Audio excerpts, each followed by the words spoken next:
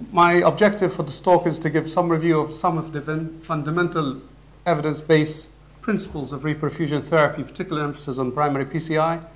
I'd like to outline our Qatar International Primary PCI program as the first nationwide program in the world, as a clinical and a research program. What are the important time intervals that we need to meet in this primary PCI program, and what have we achieved so far in preparation? This is a famous drawing from Bronwald's textbook, with which I would disagree with some, if I'm allowed.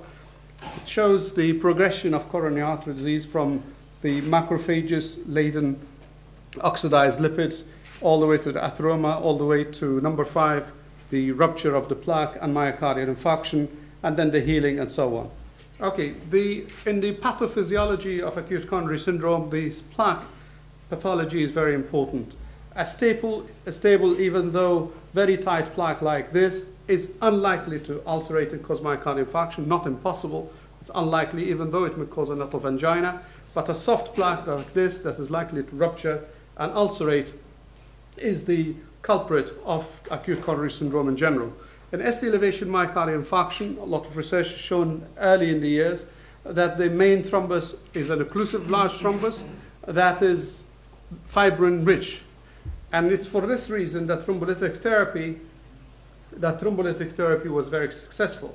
However, as time passed, thrombolytic therapy was not the only mode of therapy. After thrombolytic therapy, we had interventional angioplasty and a combined therapy called facilitated PCI. I'm sure all of you would remember the ISIS trial. ISIS stands for the International Study of Infarct Survival, ISIS-2 trial, in which streptokinase, one of the earlier thrombolytics used, showed significant benefit to survival. But I'd like to draw your attention to something fundamental, and that is the amount of saving of lives with SK was almost the same as that of aspirin, and if you add them together, you get a cumulative effect. So not necessarily expensive things are the only things working. I'm sure you remember ISIS-1 trial was on beta blockers and myocardial infarction. Another thing that we have learned from the reperfusion thrombolysis trials is that time is extremely important. And I think a lot of this has an implication on primary PCI. If the patient presents, as the patient presents less than 2 hours, has got a survival curve much different from that of those who present more than 4 hours. And this difference will keep on for years to come. So it's not of an immediate impact only, it's of a long term. Thrombolytic therapy, with the promise it had, it led a lot of people to think, why don't we use it for non-ST elevation MI? And the results were at least disappointing, if not disastrous. I'm sure you remember the TIMI 3B trial, where survival with placebo was better than that of thrombolytic therapy. And the reason is very important in the pathophysiology, the mechanism of myocardial infarction and ST elevation MI. Unlike ST elevation MI, where the thrombus is fibrin rich, this is platelet rich. And therefore, thrombolytic therapy didn't have as much impact.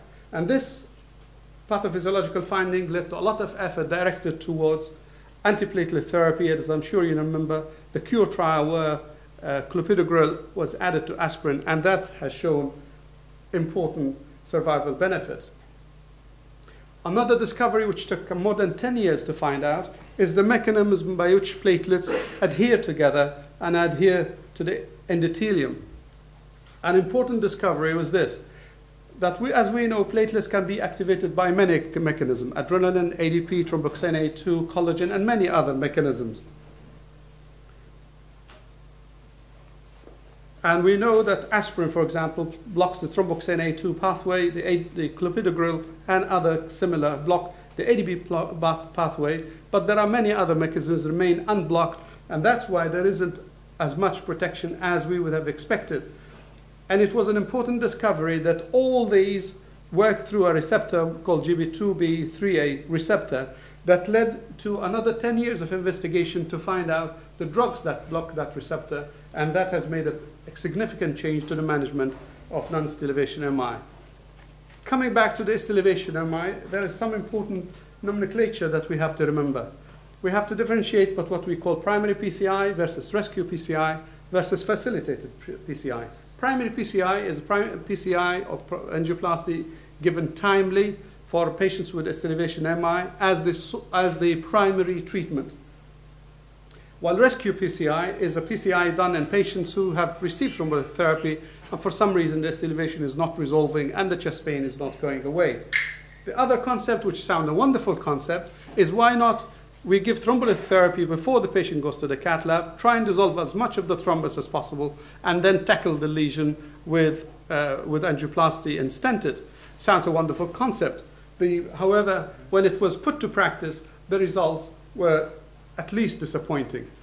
I'd like to give an example here of one or two cases, in fact one case, and I selected this deliberately bearing in mind the discussion we had yesterday. This is a 49-year-old man who came with massive anterior myocardial infarction associated with chest pain. And you can see here that his LED is totally occluded almost at the ostium. At the same time, there's a severe lesion in this ramus branch and a severe lesion in the circumflex. And you can see the amount of myocardium at risk by seeing how much in the lateral view here of the myocardium devoid of blood supply.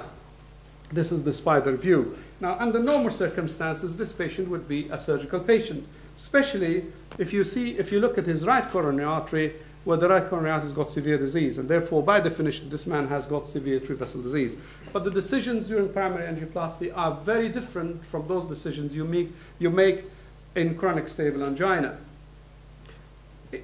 To open that LED took us about 9 minutes on the table. I am sure it will be an extreme challenge to put a graft, a Lima or a venous graft, to the LED in twice that time. Anyway, to proceed with this patient, we had to protect that ramus, which is severely diseased, and also this wire would give us would make the second wire more likely to go to the LED, and that's exactly what happened. This is a wire in the ramus, and the second wire is in the LED. And after thrombus extraction, as well provisional dilatation, we've got TIMI flow, but obviously unhappy lesion. And finally, that lesion is stented, and we've got TIMI flow. Now, this may not be the end of the story. This may open the door to a collaboration between us and the surgeons doing something called hybrid procedure, a protocol that my surgical colleagues and us are working on perhaps in the next few months. Well, the initial treatment of thrombolytic therapy was very disappointing. When doses were used very small, patients did not benefit. When they used large doses of thrombolytics, they had cerebral hemorrhage, and it took a long time to find the right dose before the ISIS and GC trial and all that showed consistent benefit. Similar story was with primary PCI. If you look in the years between 94 and 98, where the primary PCI became in large practice, initially the survival, this is the mortality, the hospital mortality in estivation MI with thrombolytic therapy and primary PCI. Initially, the mortalities with primary PCI were higher. And had all the efforts stopped here, we have never seen primary angioplasty or the goodness of it. But many reasons were the cause of this bad results compared to thrombolytic therapy, simply because many patients were very critical patients, and also many times patients were taken much, much later than what we would like them to be. But as those two factors improved, we can see now, this is 98, and the curve is about the same now. The survival or the mortality with primary PCI in ST elevation MI is much, much better than that with thrombolytic therapy. Well, primary PCI is wonderful, but if we have to keep in mind certain determinants of benefit and success in primary PCI. One of the most important is that we should get TIMI that is a full flow in the coronary artery that was blocked. Because we know that if you get only TIMI flow, this is from thrombolytic therapy studies, but similar is in primary PCI, you don't get as much survival benefit as you'd get TIMI. TIMI flow with the primary PCI is almost the same benefit you'd get from thrombolytic therapy. And also we know that if achieving TIMI flow has got an impact that would last for years to come. This is one of the studies that was done and lasted for 2 years.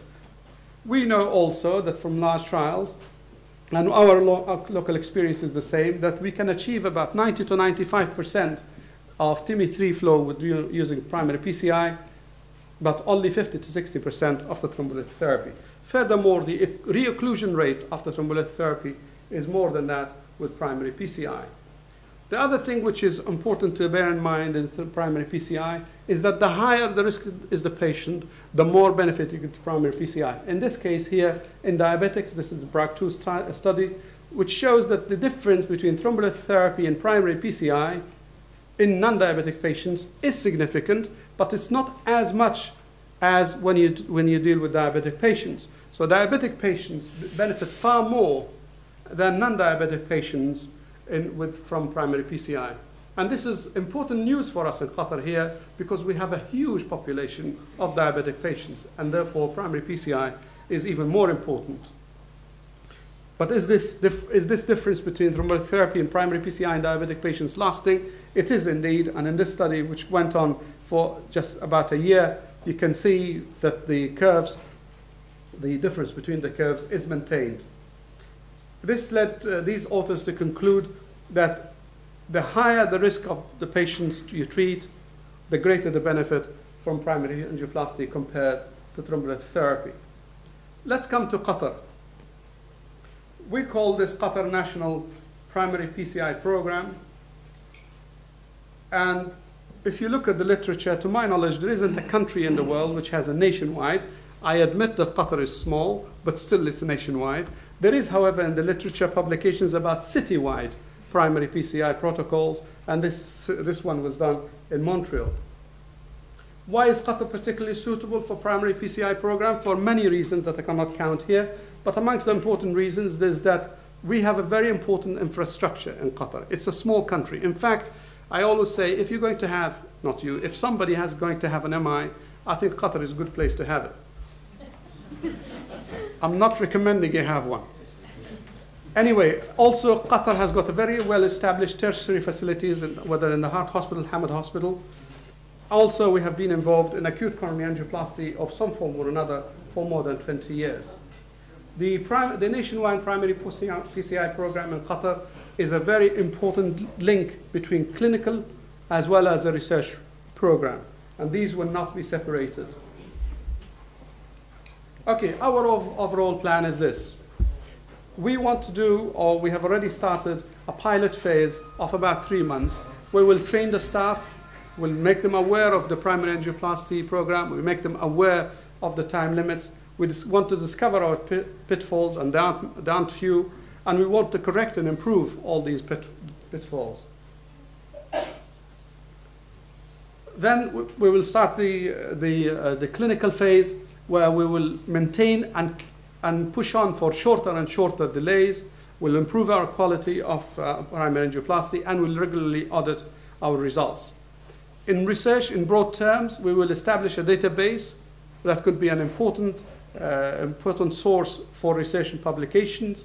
And we want also to build up specific research protocols that will look into specific research ideas.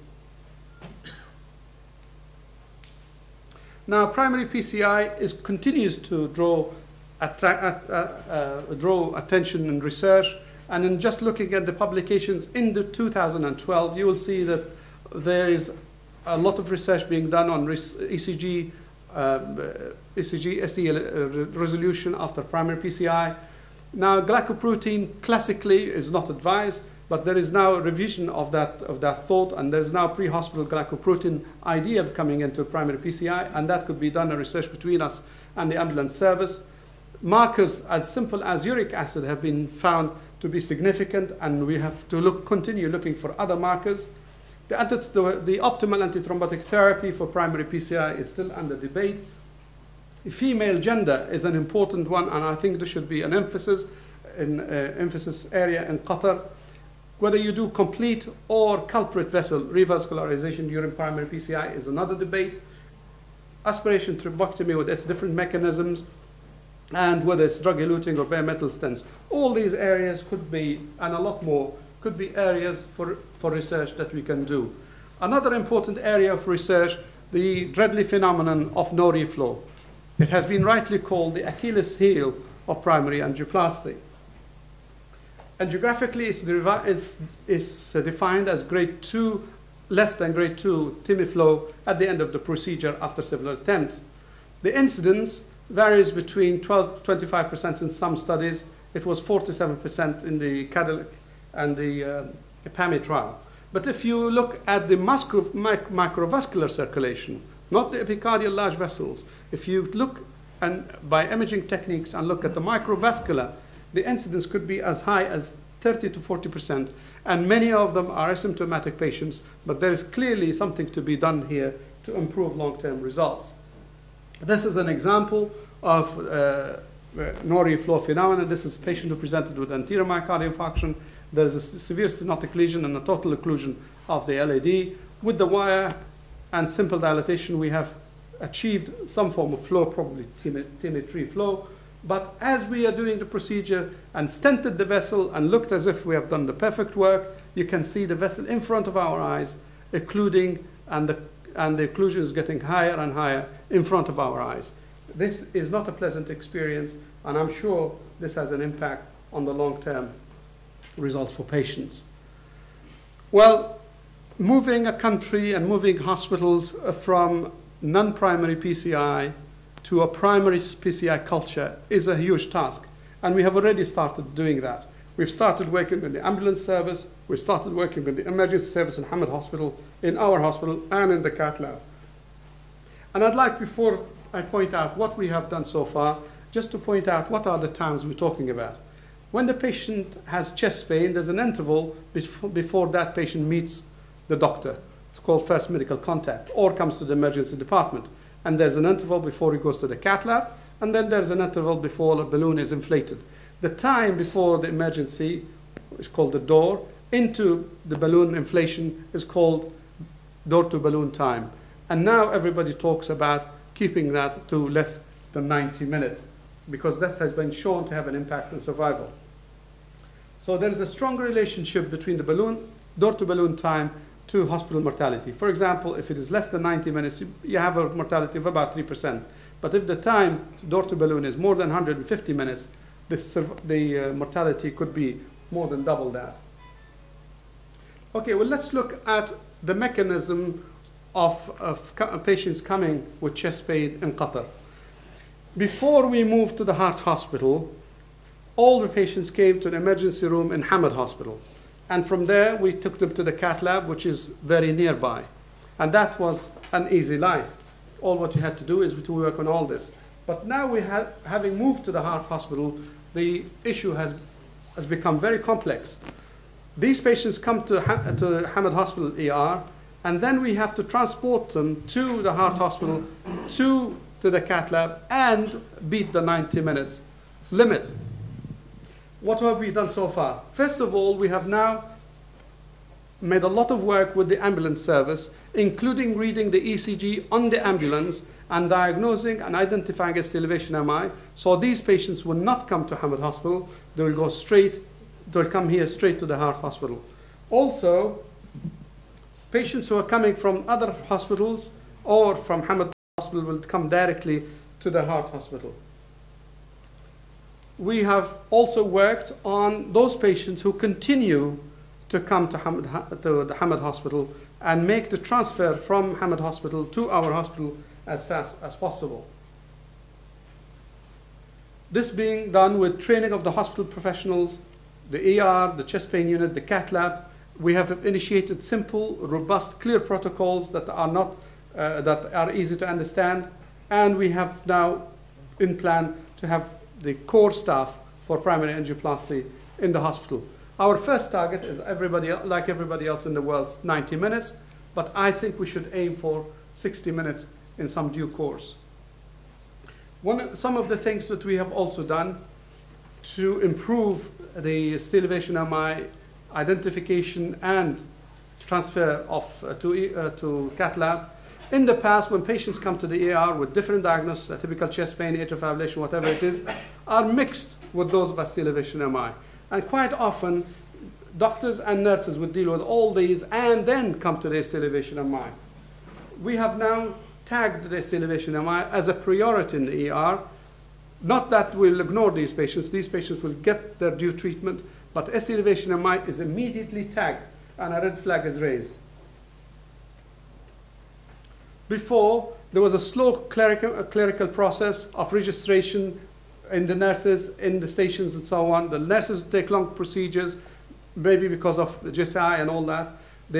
Many of us have ordered unnecessary tests like chest X-ray, and worse, many times we waited for those results before we got those patients transferred. Medications also had to be taken from pharmacy, like Plavix in the past. We have changed all that. Now we have pre-packed boxes from primary PCI where everything the patient needs is in one box. The forms are pre-filled. There are no and more unnecessary tests. Only 4 tests to be done, and the results should not be awaited. And now we have an on-site medication, so the patient will get his Plavix immediately. I know that aspirin is a must. Clopidogrel is also a must in primary angioplasty, and to be continued if a stent is placed, and also if there's elevation MI, even without a stent. And we know that loading dose of 600 milligrams is superior to 300 milligrams from studies like the current OASIS and the Horizons, and therefore now we have adopted 600 milligrams. Furthermore, we know also that clopidogrel, when given to patients, will take quite some time to get its optimal effect, sometimes more than 8 hours. And there has been recently the introduction of a new medication, a new antiplatelet medication called Prasugrel, which is a new thiopyridine. It's much faster acting, and therefore we now got it in the formulary, and that will be the drug which we use in patients who have not been on Plavix before. We'll obviously caution in patients who are more than 75 and with those with previous stroke. This is the box that we were talking about. Everything is packed in the box, and everything is displayed out. So the nurse doesn't need to go to different corners of the room or the emergency room to get all the medication, all the pieces she needs.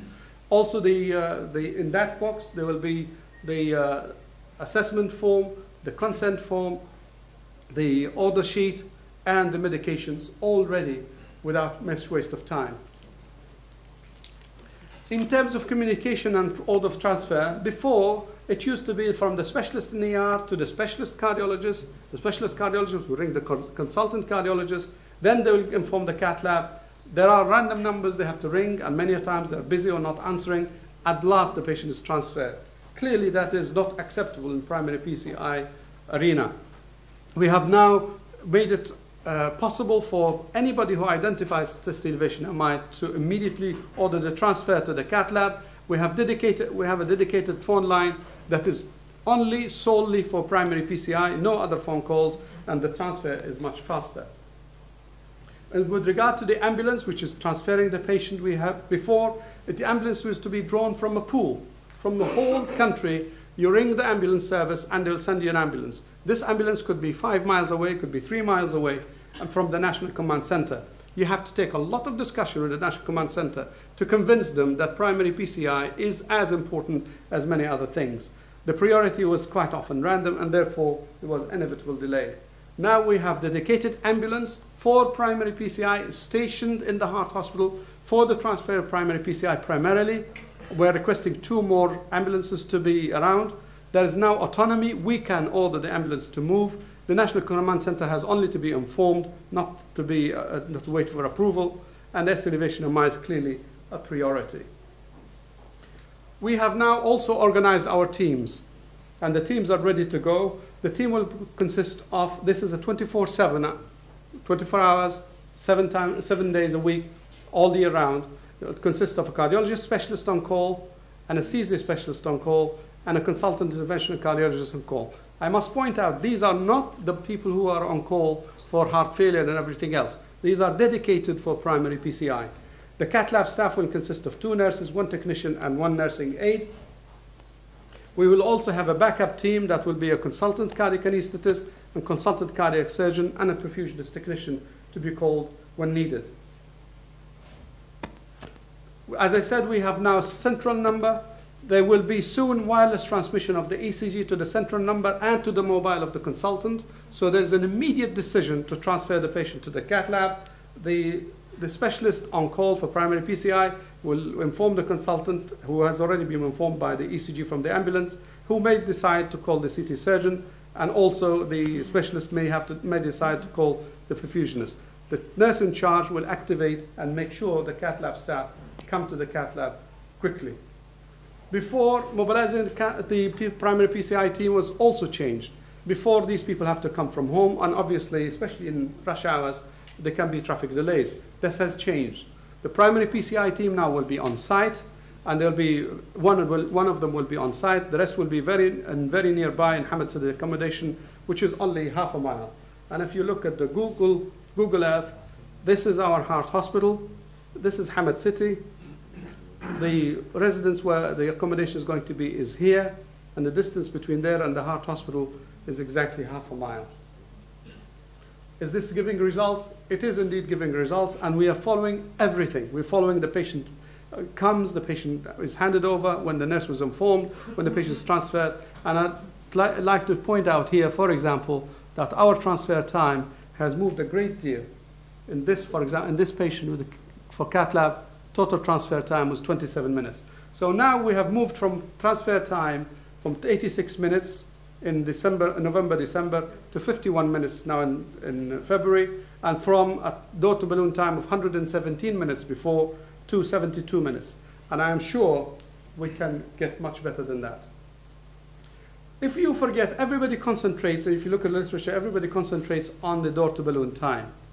But I'd like to say that the ischemia does not start when the patient comes to the emergency room. The ischemia starts when the patient gets chest pain. And unfortunately, this part of the time has not had enough attention in the literature. And I believe it's as important. Although the studies which looked into this have not shown concrete results as to the relationship between the time delay here and the survival, as it has done in the door-to-balloon time, I think this time is very important and should be looked at.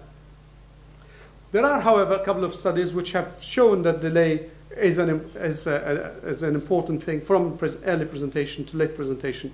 If you look at those patients who present early, and the door-to-balloon time is less than 90 minutes, the one-year mortality is 1.9.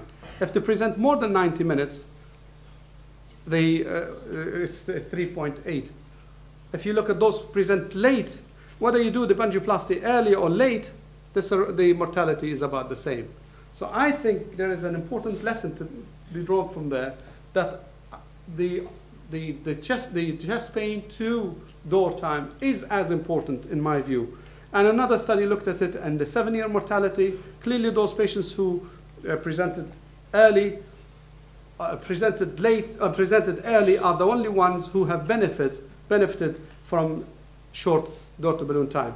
Those patients who presented more than 3 hours after chest pain, whether you did the primary PCI within 20 minutes, 120 minutes, or after, the survival was not much different. This is the wireless ECG system that I'm talking about that we will shortly get. This will allow transfer of the 12-lead ECG from the ambulance to our chest pain unit or emergency room, as well as the mobile of the consultant. The order has already been approved by the management. The budget has been approved. The system we have selected, it's PhysioControl 15, and the purchase and installation will be soon. With all this, I'd like to thank very much all my consultant colleagues, all the specialists, all the nurses, all the administrative staff, the ER, the ambulance staff, who have made all this possible. You raised some very important points about the pre-hospital phase being so important. But this is a national program. Can you tell us, is there progress being made at other hospitals beyond Hamad at this point? I think this is a very important point. National awareness program is on the protocol. That means making patients aware. Many patients come late because they think it's indigestion, as I'm sure you know, it happens everywhere. Physicians have to be aware of the crucial element of time.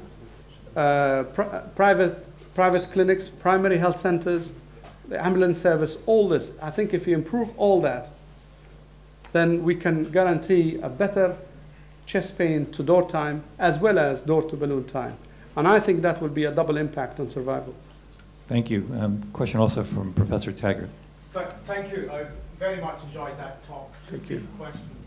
What percentage of the population in Qatar Thank you. What percentage of the population in Qatar live within an hour's road distance from this hospital?